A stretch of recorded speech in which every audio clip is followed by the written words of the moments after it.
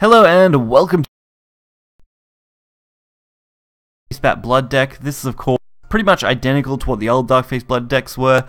It's no surprise that they are. This one does have Pure-Hearted Singer in it, which is typically not something I would normally run, but was an interesting addition, I thought at least. I had seen a few other decks in the past to run this. I wanted to test Darkface Spat again, post-nerf, in an environment that was going to be a little different, as, I mean, the nerfs, while they had an effect, I don't think they were that large. They were large enough that we're definitely going to see the deck drop into probably high tier 2 at this stage. It's definitely not going to be in that tier 1 bracket, but it's strong enough to still hold its own. I think these nerfs were really well balanced out, considering it definitely wasn't hit super hard, but it was hit hard enough that it was not going to be dominating every single match. So we're going to get right into this and check it out. So this video will be reasonably quick, as I've only got a couple of games and this was a reasonably quick deck to begin with. Most opponents will concede before. That just tends to be the typical pattern. Even going second here, I seem to do fairly well.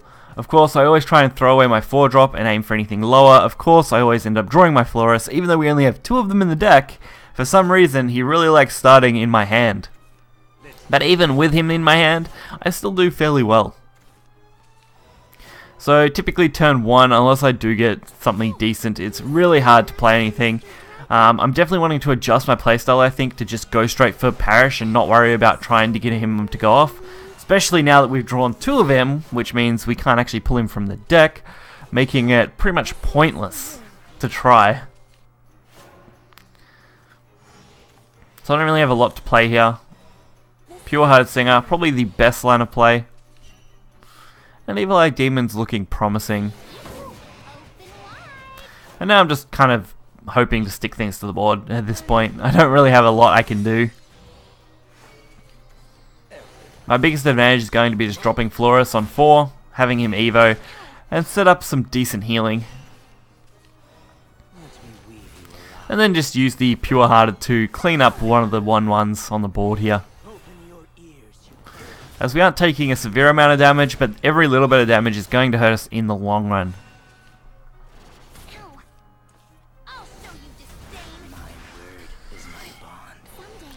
Then Dragon Aficionado, again, stocking their board up fairly well. The only disadvantage they're going to be at is Evil Eye Demon. Of course, I think we are still 1 short from cleaning this, but Gift of the Bloodkin is going to fix that problem.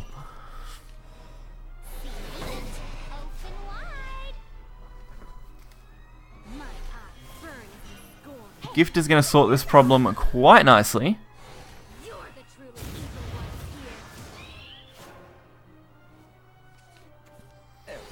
As we clean this up. Of course, Servant of Disdain. Another card that usually would be a problem, but in this case really isn't. And we get a chance to go for Vera. I couldn't ask for a much better play there. I do need to try and set up though for the Omen, which is why we go for the Disciple of Lust twice instead of just playing out the Florus, as I'm already defending my health, and I really just wanted to get Omen of Lust ready to play. Our opponent didn't really have much to deal with that, which is good for us. And a quick Wings of Lust should be able to pick up the little bit of healing we're going to need, and get the damage in. Magnificent. And that did lead to our opponent's concede, which, as I said, is how most of these games typically go when you play Blood. And for our next match, we're up against Portal. Portal's really the mixed bag of this so far, as Portal just can kind of be anything. You can have artifacts, you can have control, you can have puppets. We've still got Omen floating around, none of which are super oppressive at the moment, but all of which are still reasonable decks. They may mostly be sitting in tier 3 with maybe 1 in tier 2, but, I mean, it's the variation that can really screw up people's play when they're playing. If they throw something, a curveball you just don't expect, it can be very hard to make that comeback. So we're starting off fairly well. I've actually got a nice setup for turn 4, if I can hold off drawing into my 4-drops. As we can pretty much go Serpent, Snarling, Gift, and Restless. And it's not too bad when we get the Razor Claw as well, meaning we can actually get a little bit of damage to their face. Omen of Destruction. Definitely a card I'm a little worried about. I don't want to have to deal with it, but I don't really have a choice. Snarling Chains, picking it up. The Servant of Lost, and then finally the Restless Parish is going to get us to trigger Florus onto the board for turn 4 with a nice Evo to give him that little bit of boost. And we'll clean up the 1-1. So we've set ourselves a nice board so far. Of course this isn't looking good because they're probably going for the Substitution Banish. No big shock.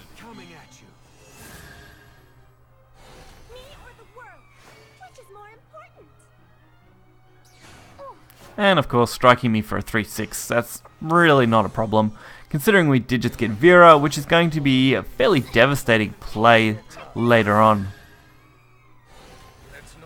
At least at this point we're going to clear these out, try to draw a couple of cards, and just take it from there. As we really want our Omen of Lust to be viable, so that was kind of the aim. And the more we can clean off their board, the better most of the time.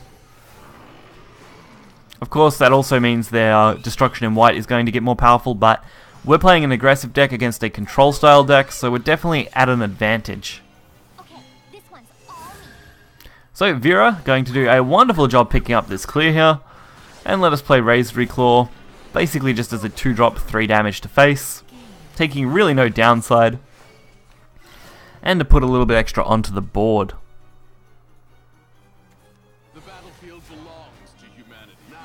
Of course, they look like they're going to pick up the clear on at least the 2-1 here, as they're not going to get rid of Vera at this point. And from here, all we really need to do is strike them in the face as much as we can. So Blazing Sapphire is not a bad start, as we're going to need more cards. And the closer we get to Darkface Bat, the better. Being on 5 health is rough, but there isn't any way Portal can really dish out 5 damage when they're playing this deck. And without an Evo point, they're not going to be able to wipe this board easily.